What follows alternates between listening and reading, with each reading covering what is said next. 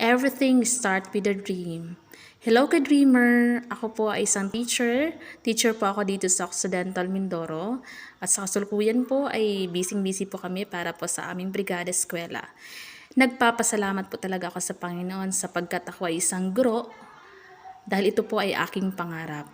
At sa 7 taong ko pong pagtuturo, nakakatuwang isipin na natutugunan nito ang pang-araw-araw naming pangangailangan ng aming pamilya. Pero may pagkakataon talaga na ikaw ay makaramdam ng pagod dahil sa maghapon mong pagtuturo ay pag-uwi mo sa inyong bahay, ikaw pa rin ang maglilinis, magluluto, mag-aasikaso sa inyong mga anak. Kaya sarap isipin kung may pagkakataon na ikaw ay may kakayahan naman kumuha ng kasama sa bahay.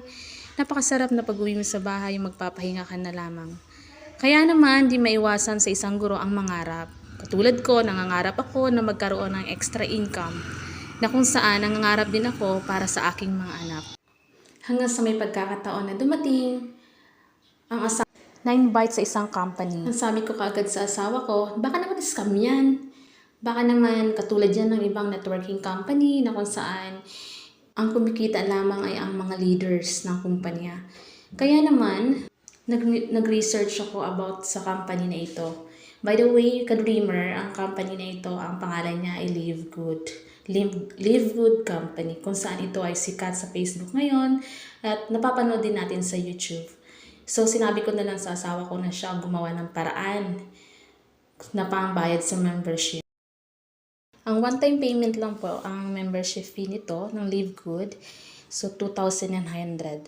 So, inisip ko na lang na yung 2,900 ko ay kinain ko, bumili ako ng masarap na pagkain, pantalon, mga ganon. Kasi usually, nagkakaroon tayo ng expenses sa ganon.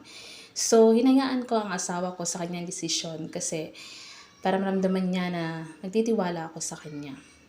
So, kaya ngayon guys, 6 days na kaming member ng Live Good.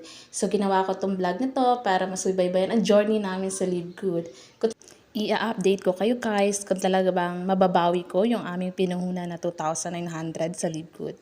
By the way guys, ang background na nakikita nyo habang nagkakwento ako ng aming buhay o mga pangarap ay ang aming paaralan. Yan pang iba't ibang classroom dito sa aming paaralan na Cebu Elementary School. Kung nakikita nyo, pinapaganda ng bawat guro ang mga classroom para po sa mga bata. Ganyan po kasi sipag ang mga teacher. Dedicated po sila sa kanilang trabaho. Kaya guys, i-update ko kayo lagi sa aking journey. Maraming salamat! Mga ka-dreamer, pagpasensyahan nyo na aking video. This is my first time. God bless you!